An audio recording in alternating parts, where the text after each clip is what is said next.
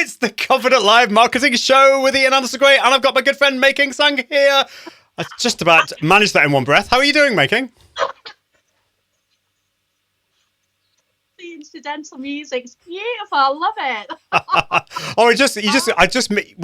You cut out at the beginning, but I got the end of it. So but I loved you. You were dancing to the music. So I wish we could have shown that to everyone watching. It was really cool.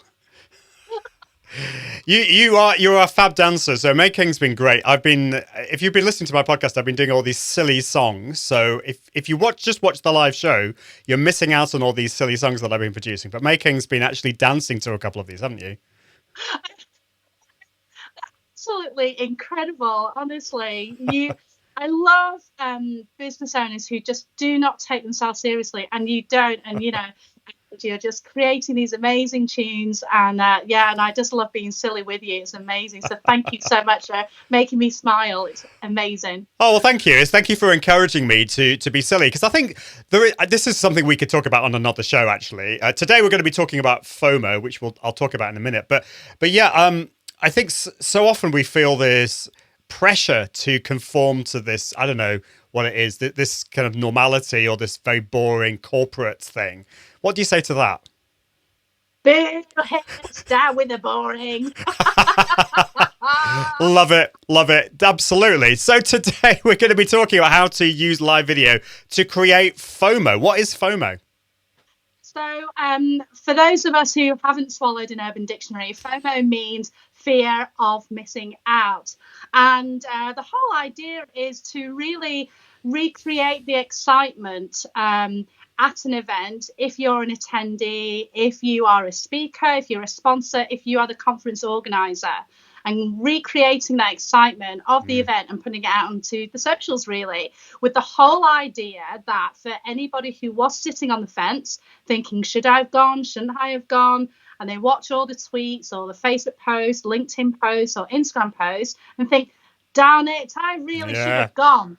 And so by getting that fear of missing out, then hopefully the intention is to book onto the next event. That's the whole idea. Absolutely. Well, don't give too much away because we haven't started the actual podcast recording yet. But that's just a little bit of information. If you haven't heard of FOMO, we're going to be talking about specifically for live video. But even if you're doing, a real live event as well in the real world, there is a real world out there apparently. Then this is going to be helpful to you. This is episode 23, and if you want to find out the show notes, all you need to do is go to iag.me/23. Obviously, they're not out yet because we haven't finished recording the show. That would be pretty ingenious, wouldn't it? If I had show notes done right before the show. But so anyway, we've got some live viewers. So if you're watching us either live or watching the replay, just let us know where in the world you're from, what you think about FOMO. Have you ever suffered from FOMO? I think most people have suffered from FOMO. Let's be clear about that. So yeah, let us know, and I'd love to hear from you guys. But it's time to get on with the podcast recording. So we'll be with you just after this.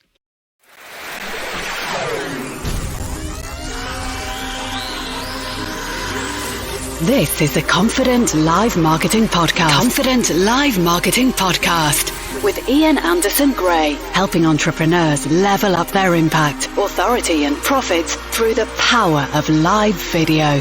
Gain confidence in front of the camera, confidence with technology, and confidence with the content and marketing. Together, we can go live!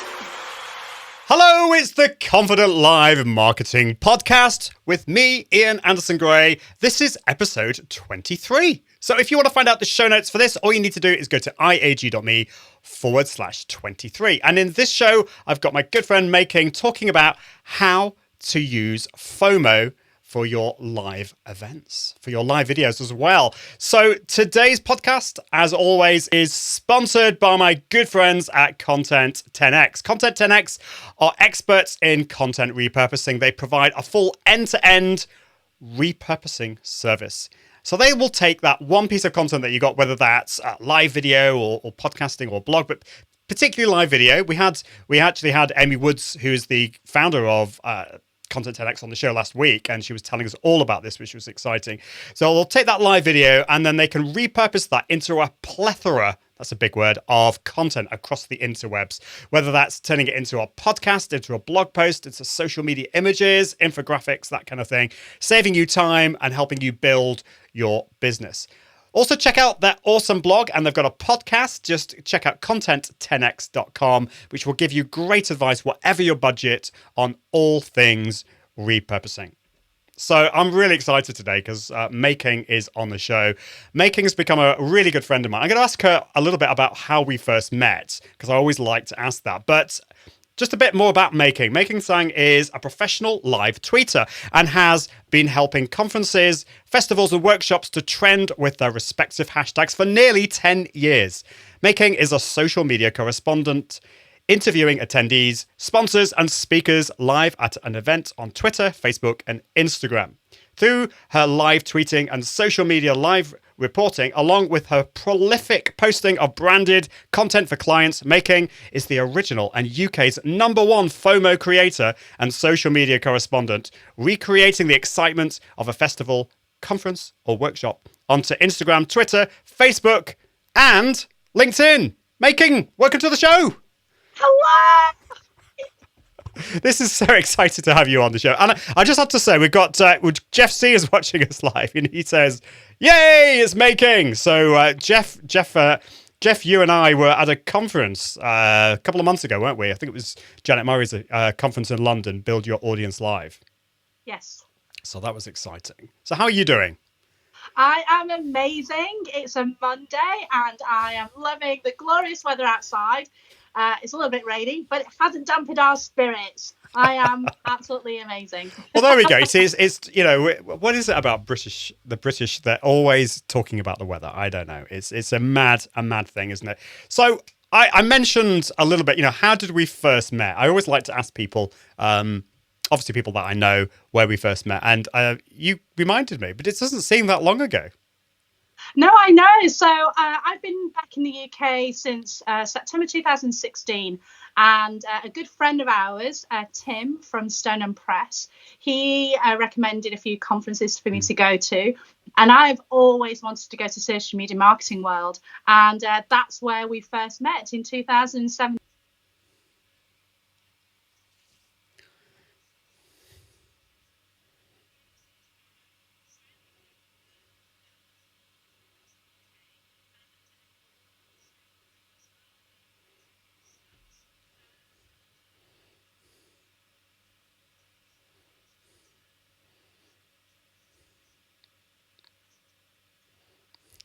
We did, didn't we? And I can't believe that's... Are you sure it's 2018?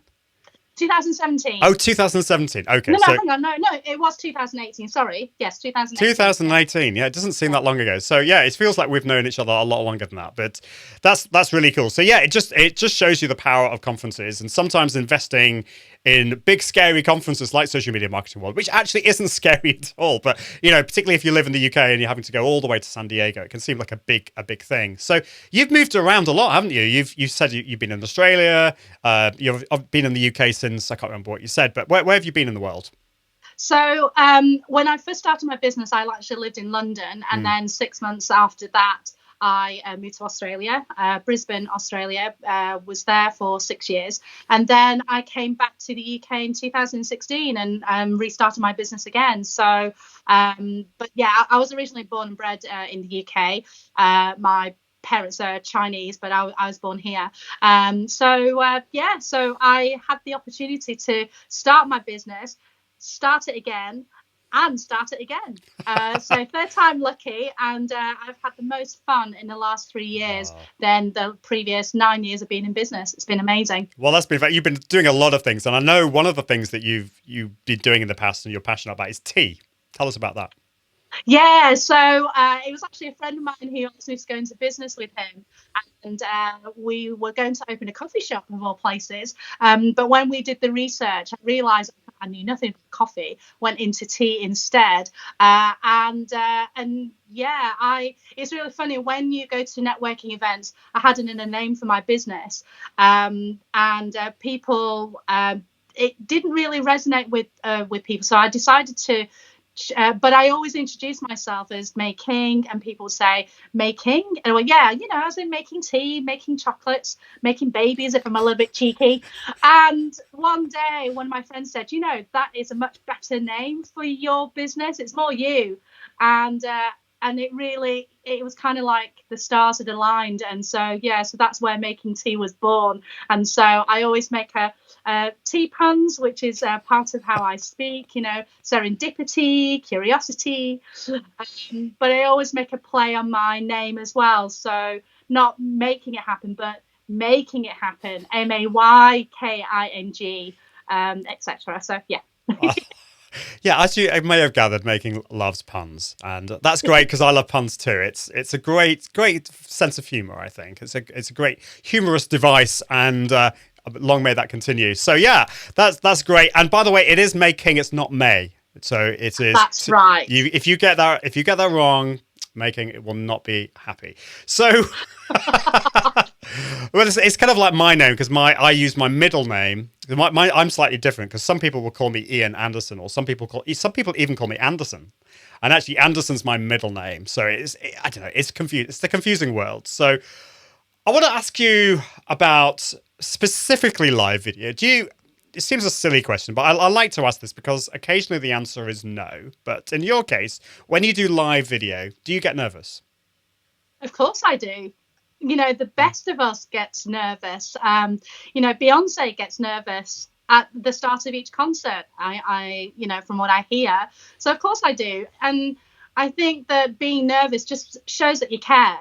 And so there's a lot of things that I try to do to to mitigate that nervousness. But yeah, of course I still get nervous because I love live video. I love connecting with people. But yeah, there are still things that I worry about. Have I got lipstick on my teeth? Is my double chin showing? I haven't, done my brows. All that kind of stuff. Well, yeah. I mean, I haven't really got the lipstick problem myself, but it is a.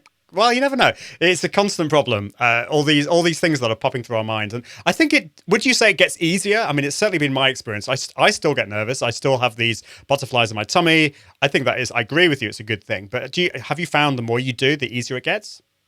Oh, of course. I mean, with anything, if you've done your 10,000 hours, then it does get easier, definitely. Yeah. I mean, I haven't quite done my 10,000 hours in terms of live video, but it definitely does get easier. And, obviously you're in the space of trying to get people more confident with video, Ian. And in a few of my speaking gigs, I do encourage people to do video because video is not going to go anywhere, and it's the easiest way to really connect with your audience, your potential customers, new friends, and so on. And so in your previous podcast you've talked about lots of different ways in which you can help you to gain confidence to go onto video, and that's something that I always try and encourage people to do as well. Oh, definitely. So this whole FOMO thing, so you're a FOMO creator. So I think some people listening and watching will have heard of FOMO. I think before we started the show properly, you were talking about, unless you've swallowed an Urban Dictionary. I mean, say people haven't swallowed an Urban Dictionary. How would you describe FOMO? What is FOMO, and what is a FOMO creator? What is it actually that you do these days? Right. So FOMO means fear of missing out. And what I do as the FOMO creator is I will recreate the excitement of a conference, an event, a festival, and recreate it and put it out into social media live. So that is in terms of live tweeting, that's in terms of interviewing attendees, sponsors, conference organizers. That is in terms of posting on LinkedIn, capturing a few of those live moments on Instagram stories and Instagram posts as well. That's what a FOMO creator does. So it's just the excitement of a room. You're connecting with, as a conference organizer or a speaker, you're connecting with, however big your conference is. But there's a whole big wide world out there that we're missing out on, which is social media. So I'm basically just extending that joy, that excitement, the incredible information that's been given out by speakers out onto all the socials. That's what I do. I love that. Yeah. So I've been to conferences before where there's been very little social media integration or anything really. There's the people who've organising it maybe aren't that social media savvy, and so I've gone onto the Twitter and tweeted out, but it just seems like there's nothing happening out there. So what you're doing is you're creating a buzz. You're also getting people who are out there who maybe weren't sure about coming to the conference. And basically, you're making for them feel bad, aren't you? No, you're not. I'm joking. But you're creating that excitement. But that just brings me on to kind of another question, which is, we've talked a lot on this podcast about fear and fear being a bad thing. And we had Claire Yosa on the show talking about turning that fear. Well, certainly we've been talking about turning that fear into excitement. So isn't fear a bad thing? Isn't FOMO a bad thing? I'm sure people have asked you that before. What would you say to them? Yeah, it's a great question, because when I first announced myself as a FOMO creator, I did actually get a bit of backlash about it. And, there were a few people who say, FOMO? I'm not going to have FOMO. I'm going to have enjoyment. I'm quite, JOMO. I'm going to have joy of missing out. I'm quite happy with that. And I understand that. From my perspective, what I'm trying to do is not to make people feel bad that they haven't attended, but I'm trying to encourage those who are sitting on the fence of a conference. Sometimes investing in yourself it's a great investment, but is it the right investment? And so people might not attend a conference for that reason. But if they see the content on social media, the enjoyment that people are getting, the value that people are getting at a conference, then that will help them to make that decision as to whether they go on to the next event. And, a lot of conferences, what I see a lot of conferences do is they will spend, 9 months, 6 months before an event, and they are marketing really, really hard to try and get people to, buy tickets for this event. And then it's almost like the day has arrived, and then they breathe a sigh of relief. Oh, it's over. It's live. I can go to sleep now. But what they're missing out on is actually capturing that excitement and then enabling them to use all of that content to trickle through to the, to next year's marketing. And so, what's more powerful than capturing people's thoughts, feelings, the little snippets of the speakers, the sponsors that are involved. Everything is live, and capturing that excitement, and it's real, it's genuine. And once you capture that, then you can sort of use that for the next event. But for a lot of traditional conference organizers, their traditional way of marketing is market hard, sell, sell, sell, sell in the lead up to the event. When the event's on, phew, it's over. Yeah. Let me go to sleep for 3 months, and then I'll start marketing again.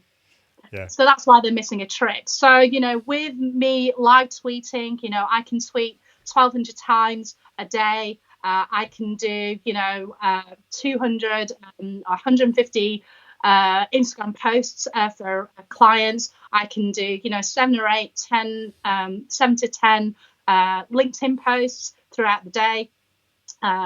Facebook groups, when a conference has got a really engaged Facebook group, I can do lots of posts in there, or Instagram stories as well. And it's all live. It's all capturing that moment, so that people who are sitting on the fence, who are in a dedicated Facebook group or, a community, they can think, oh, okay, this is really, really good. I need to book on. So there are a lot of people who haven't, conference organizers who haven't quite understood that their marketing, their most valuable marketing, is actually live at the day. But going back to, actually, I've been waffling for quite a while. I will address the question which you asked in the first place, which is, isn't FOMO bad?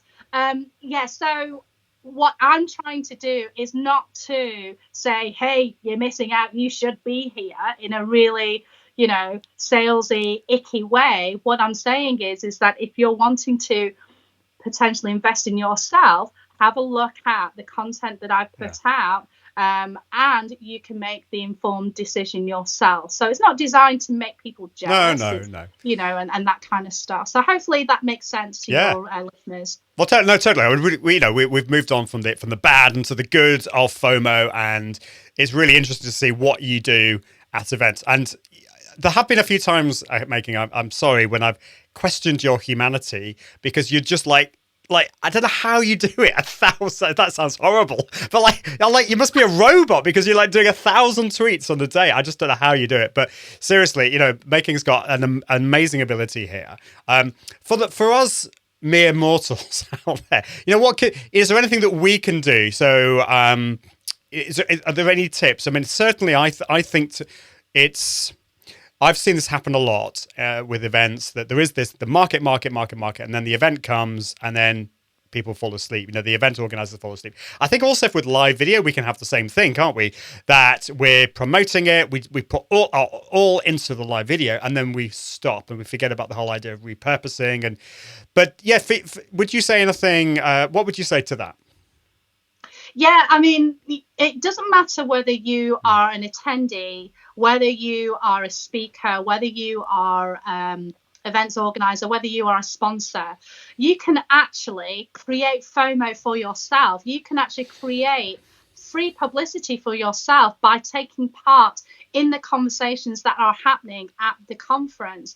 And that's something else that I want to try and encourage people to do as well, because you know, when you're at an event, of course, you're networking with real people. That's incredible. But we've also got the big wide world that is social media out there as well. So, you know, we are all competing for attention. And so, you know, we're competing with the Netflixes of the world. You know, we're competing with TV, radio, you know, podcasts. And so, you know, but we've all got our own remote control. So we need to think of ourselves as a media station, as a TV station, and create good content for ourselves, so that potentially someone might tune into your stuff. And if they like your stuff, then they will potentially look at your bio, see what it is you do. And if it resonates, then they may be in touch with you. So, and so at a conference, I do encourage people to, you know, to be that reporter for yourself. You know, if you are going to a conference to learn from others, don't be afraid to show that to your audience, because people are wanting to work with people who are absolutely willing to invest in themselves and grow. So tell the world what it is you're doing. And also it's about brand association as well. You know, if you have invested in yourself and going to an amazing conference, why not tell the world about that conference and what you've learned and so on? So, you know, be a live reporter for yourself. Go live, you know, on Instagram, on Facebook, on Twitter, on YouTube, and say what it is you've learned. You know, tag the speakers or tag some incredible people that you've met, and just be the reporter of the day for your own business. You know, I've actually been to conferences where I haven't been the official FOMO creator, but I have tweeted like a fury, I've Instagrammed, I have, you know, posted LinkedIn, Facebook, and I've actually got leads from it. You know, and all I've been doing is providing value to people, showcasing, you know, the amazing stuff that I've learned from the speakers, the incredible people I've met. So you can absolutely do that for yourself too. I love that, and it really does work. It you know, the amount of conversations that come, the connections you can make, you know, out of the people. We're not just talking about the people at the conference, although it's obviously beneficial to them, but it's also outside, getting the news out there. And I know that you've been part of getting conferences trending either nationally or even internationally, and so that is really, really cool to be able to do that. Now, we've mentioned live tweeting, so you know, obviously Twitter's a great network. You've mentioned Instagram. A lot of what we talk about on this show, or the main thing that we talk about this show, is live video. So how can you've mentioned that a little bit, but how can people use live video in the whole FOMO thing? And I mean, I've seen you at conferences. You have been that roving reporter. You've had that microphone. You've had your phone. The technology that you've got is not, you've not got like state of the art technology. You've got your phone. You've got a microphone, and it works so well. So a follow up question to that is, you know, what tech do people need? So how can people use live video, and what do they need in terms of live video stuff that they can do? Yeah. So the first conference that I met you at in San Diego in 2018, I actually literally just used my phone, just went live on Twitter. And then I actually spoke to a guy, Matt Powley, and he said, well, if you can use your headphones, that's probably better, just to cancel out the noise. So that's all I did in my first year. I literally had my iPhone headphones, and that was it. That's all I used.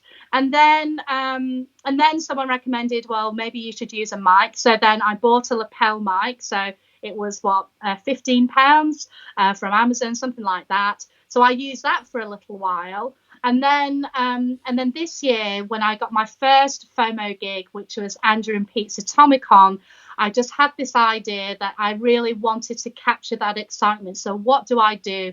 And I knew there was a reason why I was watching Wogan, Parky, Graham Norton all these years, because I wanted to, sort of use that journalistic style to try and interview people and capture that excitement. So I decided to invest in a branded mic. But to start off with, I literally used my phone and my headphones. That was it. So you don't need any really technical equipment at all. I think the biggest thing that people need to, the biggest thing that people need is to get out of your head and go live. That's it.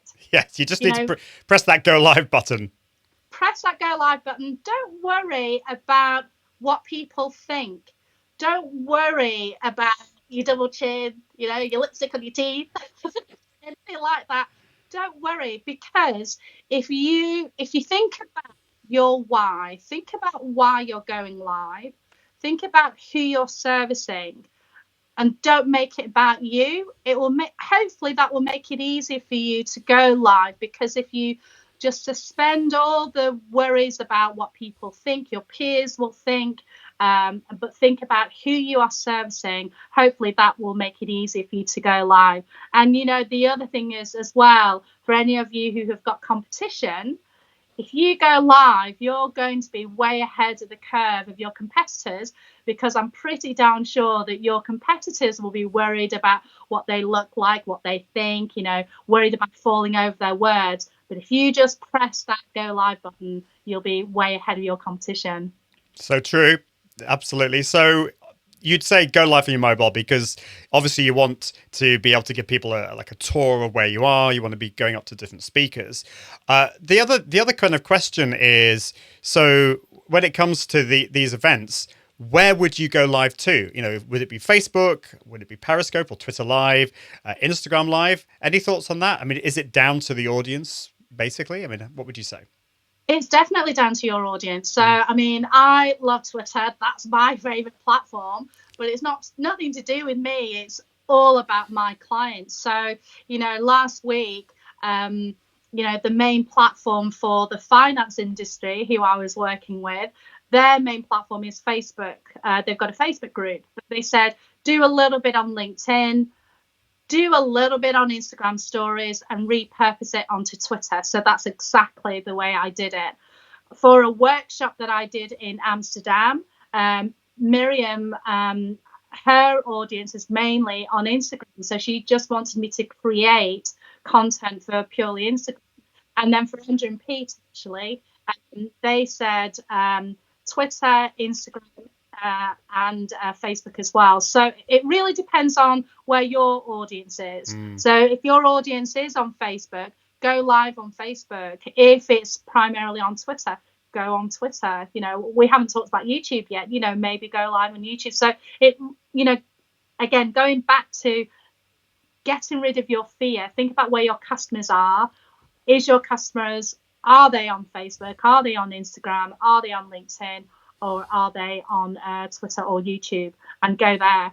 Or you can mix and match it a little bit too, Yeah, definitely. Well, yeah, and that's what you did at the Atomicon conference. So we talked a little bit about the tech. We've talked about going live from a mobile device as being probably the best thing to do. There are other apps out there. I think you've played around, or have you played around with Switcher Studio? That's another tool that you can use from going live from your mobile as well.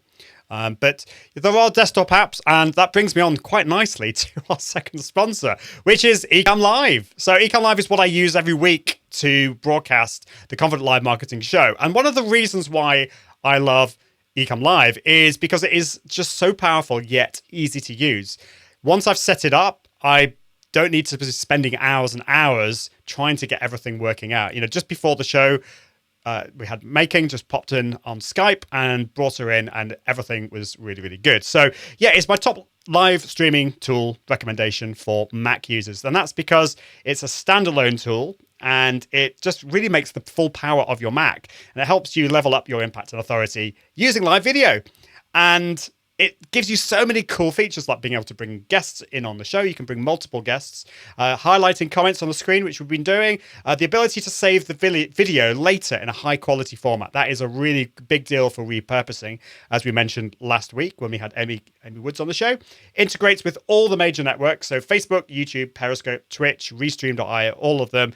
And of course, if you want to be really fancy, then you've got all the cool things like green screen, NDI, virtual webcams, all that kind of stuff. So if you want to find out more, if you want to have a play with the trial, you get a free trial with this. Just go to iag.me/ecamm live. That's iag.me/ECAMMLIVE. So there we go. So that brings me on to another question, Making, which is, we've talked about how you can use FOMO, or how you can be a FOMO creator for real live events. But when it comes to virtual, have you ever thought about doing this for virtual events and courses? Say for example, I've got a course that I want to be launching, or maybe it's a masterclass that I'm going to be launching fairly soon. Is there a way that we could use this for that? Oh, absolutely. I mean, I've actually listened to podcasts. And whilst I've been listening to them, I've been posting about them as I've listened to them. So, on Instagram stories, I sort of summarize about what I've just listened to. On Twitter, I've been tweeting. So, it is absolutely possible to do that at a virtual summit or an online course. Anything where you've got some great content that you're going to be sharing with people. A lot of marketers might put up a link to a blog post or a link to a course, but what about the actual content itself? Maybe getting on Ecamm Live and talking to an attendee of your course and just talking to them about what they've learned, what it is they do, to give them a bit of publicity. It's absolutely possible. And, contrary to popular belief, I'm actually an ambivert. So that sometimes I'm an extrovert, sometimes I'm an introvert. And so I love your podcast about introverts, Ian.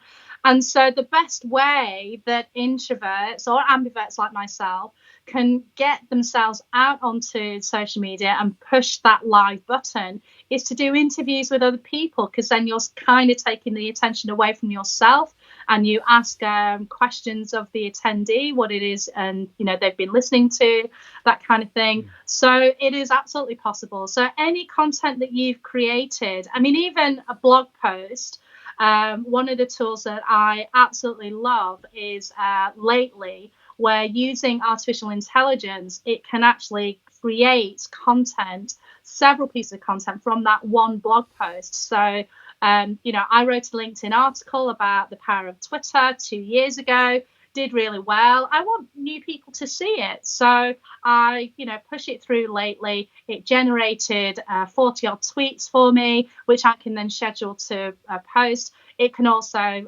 create several posts on the other platforms as well. Absolutely. That's really cool. Yeah, and lately is definitely a great tool to check out, and it also transcribes videos and podcasts, which I didn't realize until relatively recently. So you can actually, I think you have to download your Facebook Live video and then re-upload it to Lately, and then it will transcribe that, and then it will then come up with, I don't know how many tweets. You said like 40. I mean, 40 or 50 tweets from that piece of content. I mean, obviously you're going to have to go in there and edit things and tweak things around, but it's better to start with 40 imperfect tweets than nothing at all. So definitely check that out. And that's really, really helpful. It's something that I'm going to be thinking about a lot. And you can use live video in a way like a kind of like a webinar as well. There are loads of different ways of creating content to promote your stuff. But I particularly love what you're doing, making the whole FOMO thing, and I want to be using that a lot more in my content. And I think in a way you're dancing, so your dancing tweets to my songs have been part of that, which has been great. So just before we finish, we're running out of time, but have you got any, what would be your top FOMO tips, particularly when it comes to live video, but you don't have to restrict it just to live video? What would you say to people? Get involved in the conversation. Whether you are an attendee, whether you're a speaker, whether you are a sponsor, you can create FOMO for yourself and your business just by engaging with other people. Remember, when you are posting on Instagram or Twitter or Facebook, when you tag someone, you're not just talking to that one person, because so many people are lurking. Yeah. Aren't they? We've all done it. We've looked at people's posts and, we haven't liked it, we haven't commented. But if you don't get into the conversation in the first place, no one will ever know. So if you are at an event, search on the hashtag, get involved in it, just talk about it, give thanks to the speakers, give thanks to the sponsors or the conference organizer, and just start talking to people. Because when you talk to people, other people will see your name, and the more that people will see your name, the more likely that people might click on your profile and think, I wonder what that person does. So, if you can't do video to begin with, in the very least, start engaging with people. But I do recommend video, because video is just the quickest way for you to engage with people, and people connect with you much strongly than a tweet or a Facebook post or an Instagram post. So press that go live button.